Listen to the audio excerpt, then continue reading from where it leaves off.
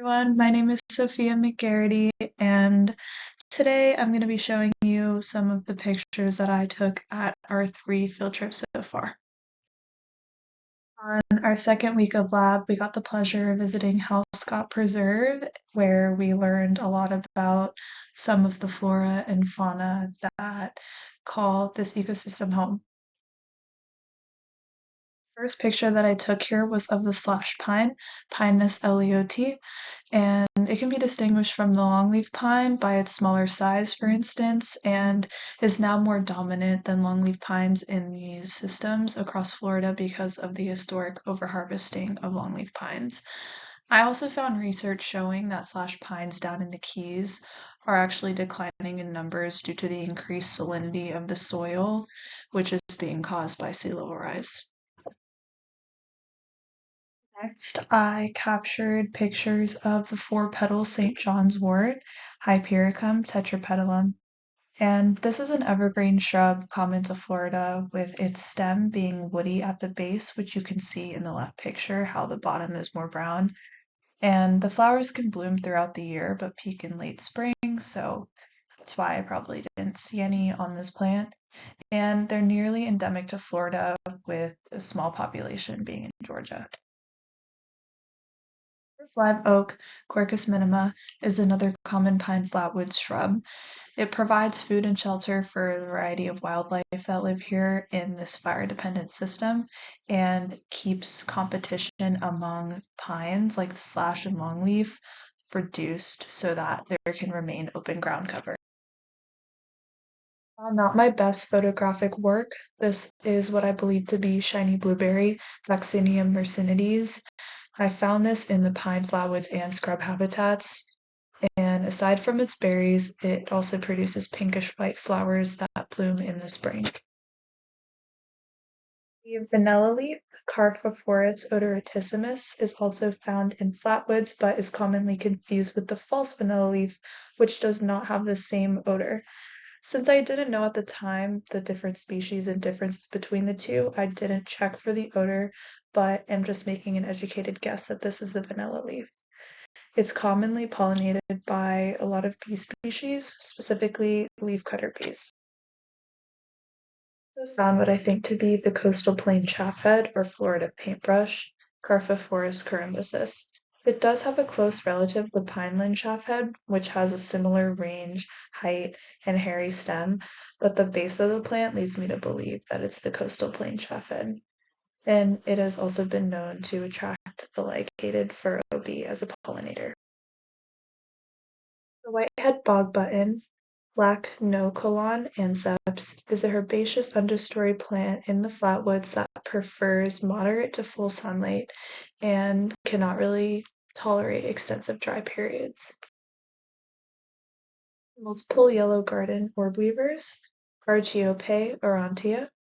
They can commonly be confused with other orb weavers that are found in the area, along with the banded garden spider, whose body is more round. It's not really known what their stabilimenta, the zigzag pattern on their web, is used for, but one theory is that it keeps larger animals like birds from accidentally flying into their webs and destroying it.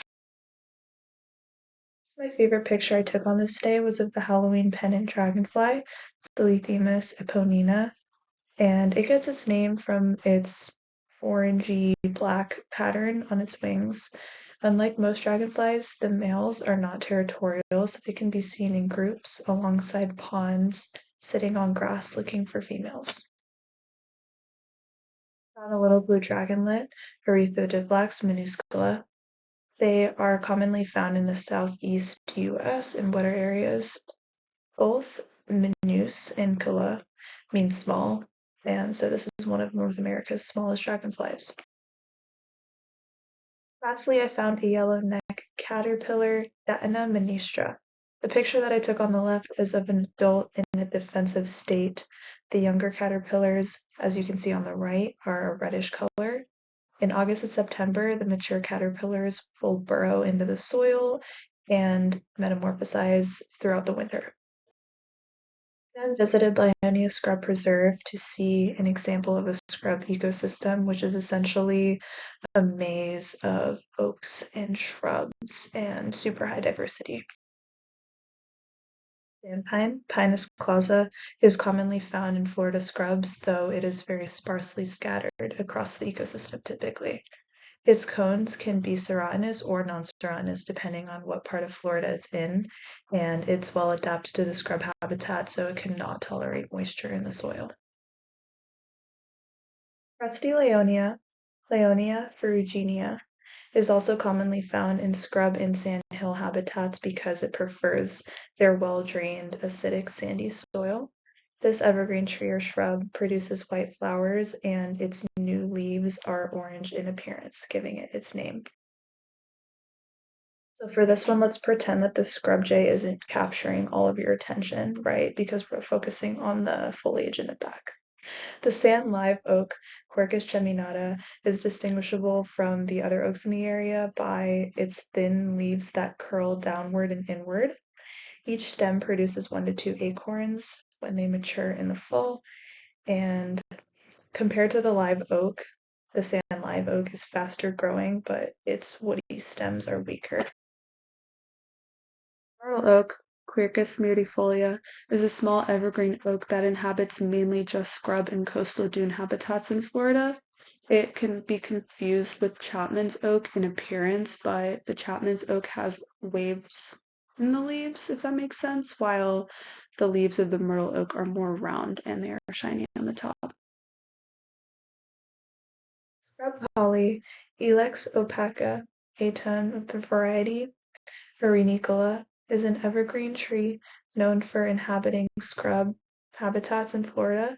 Its fruits ripen in the fall and remain in the winter and are fed on largely by birds. I know we're all aware of the iconic scrub species, the Florida rosemary, Ceratiola ericoides. It adapts very well to the ecosystem's dry conditions by reducing evaporation on its leaves, and it's essential for the survival of certain bug species like the rosemary grasshopper. The pear cactus, Opuntia humifusa, is typical of the drier parts of scrub habitat, and it's a succulent whose yellow to orange flowers bloom in the summer months. Gopher tortoises love to eat them so much that you can see their bite marks in the picture.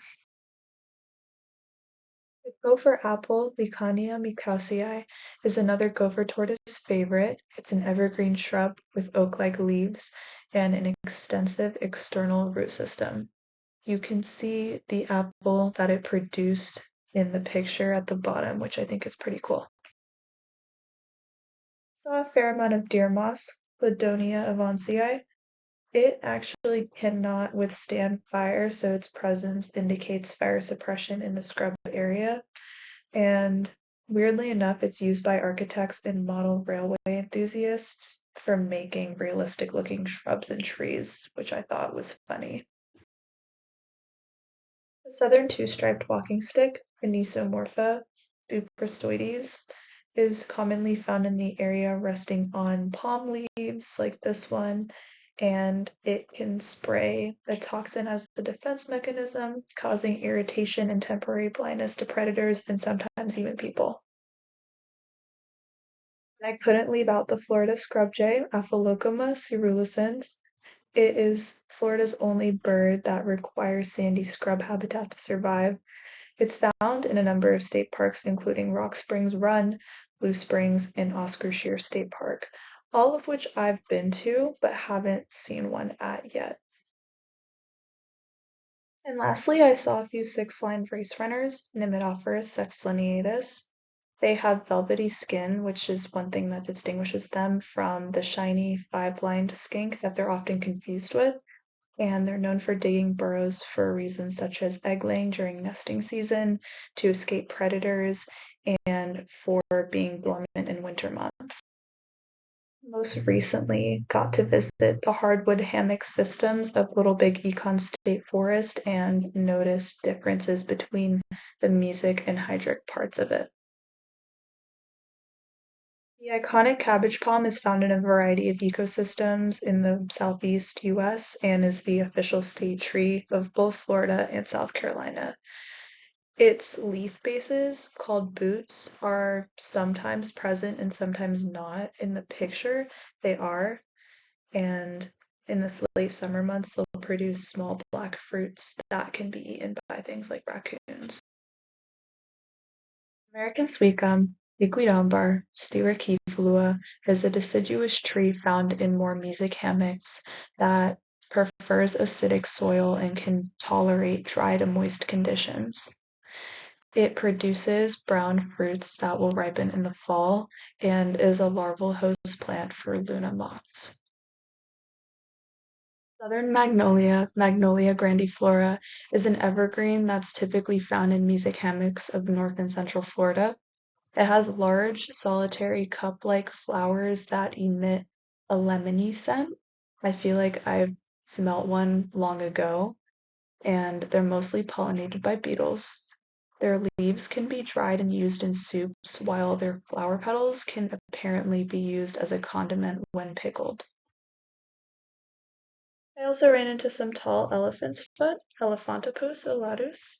It's a perennial wildflower that produces pink to white flowers surrounded by three hairy leaf-like bracts, and its name comes from the shape made by the flat basal leaves at the plant's base that you can see in the picture on the right.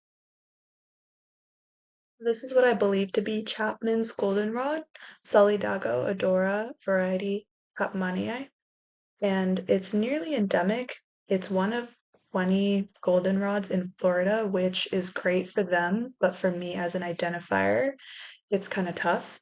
So I tried looking through a wildflower identification guide in the library, a couple other sources, and this is my best assumption as to which species it is. It does prefer drier, well-drained, sandy soil, and it grows out of the ground in a certain direction type of way that helps distinguish it as well. This is wild coffee, Psychotria nervosa. It's an evergreen flowering shrub commonly found in mesic and hydric hammocks across the peninsula. It produces edible red berries, though they are bland.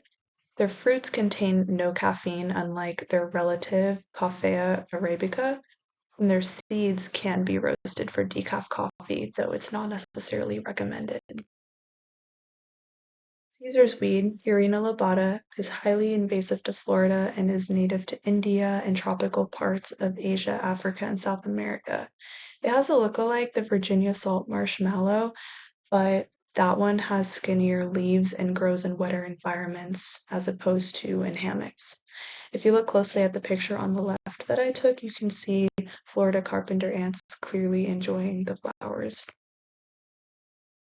Another invasive I came across is the hairy indigo plant, Indicofera hirsuta. It's a legume related to the peanut that grows alongside peanut crops and basically towers over them and prevents herbicides from penetrating, reducing crop yields. So I found this cool looking southern green striped grasshopper, Cortophaga australior. This species can be green and brown, as I saw in the left picture that I took, or a reddish color in the right photo that I did not take. The males and females both make a buzzing sound when they're in flight, and they prefer spots where the soil is bare. Brown anole, Anolis segre, is a now common lizard across Florida that was actually first introduced from Cuba in the late 1800s. The females are seen with bolder patterns such as stripes, triangles, spots, and bolder colors. I found two different southern toads at the hammock, Cortophaga australior. They're found throughout Florida but prefer sandy soil and place close to a water source for breeding. They can also be confused with the invasive cane toad, but the cane toad lacks crests in between the eye sockets and has venom glands on the sides. Though not a traditional hammock species, I wanted to include the blue-ringed dancer damselfly, Argia sedula, just because I think it's fun. They inhabit most of the US and prefer aquatic environments, and it's the males who have the black and blue coloration. And last but certainly not least, I had to include a barely taken photo of the gopher tortoise, Gopherus polyphemus. They, as a species, are 60 million years old, making them one of the oldest living species on Earth, and one of my personal favorites. Thank you for listening. I look forward to our next round of ecosystems.